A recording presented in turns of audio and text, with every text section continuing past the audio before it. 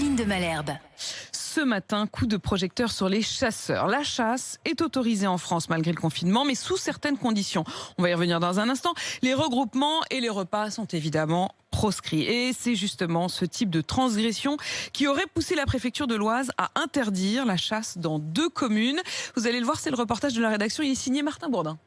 Un repas en commun après une battue des chasseurs avec des verres d'alcool à la main. Oui, ça a pu arriver le week-end dernier, déplore Guy Arlet-Daufauve, le président de la Fédération des chasseurs de l'Oise. En rue, je vous dis, ils ont déconné, c'est clair. Très honnêtement, ils méritent cette punition et je ne lèverai pas le petit doigt pour eux. Sur Morienval, les choses sont plus complexes. Morienval, une commune un peu plus au sud du département où les chasseurs sont formels. Ils ont respecté les règles sanitaires. Pas de repas en commun le midi, distanciation sociale respectée. C'est pourtant ce que leur reprochent les autorités. Ça m'écœure complètement. Ouais. Patrice Lebon, le président de la société de chasse de la commune, et Pierre, l'un des 20 chasseurs présents à la battue le week-end dernier, ne comprennent pas la décision. Depuis l'ouverture de la chasse, on avait annulé les repas.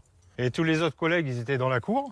Il y avait les verres qu'on avait consommés le matin du café. Il n'y avait rien d'extraordinaire pour nous empêcher de chasser. Quasiment tout le monde avait son masque. Il y a peut-être 1 ou 2 personnes qui ne l'avaient pas, dans la cabane par exemple.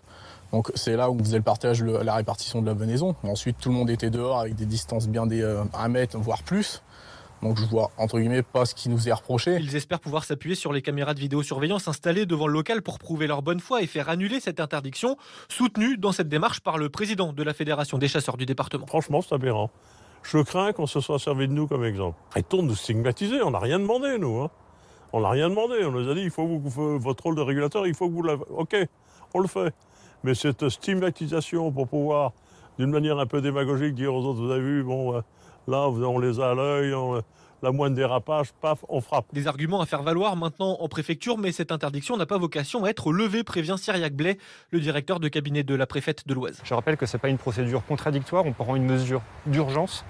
Il n'y a aucune raison qu'on doute d'un rapport écrit, institutionnel et compétent. Et étant donné les infractions qui nous ont été remontées, nous allons encore redoubler d'efforts pour que les chasses dans le département de l'Oise soient faites avec la plus grande vigilance qui s'impose. À Morienval comme à Grand-Rue, la chasse devrait donc rester interdite jusqu'à la fin du confinement, au moins donc jusqu'au 1er décembre.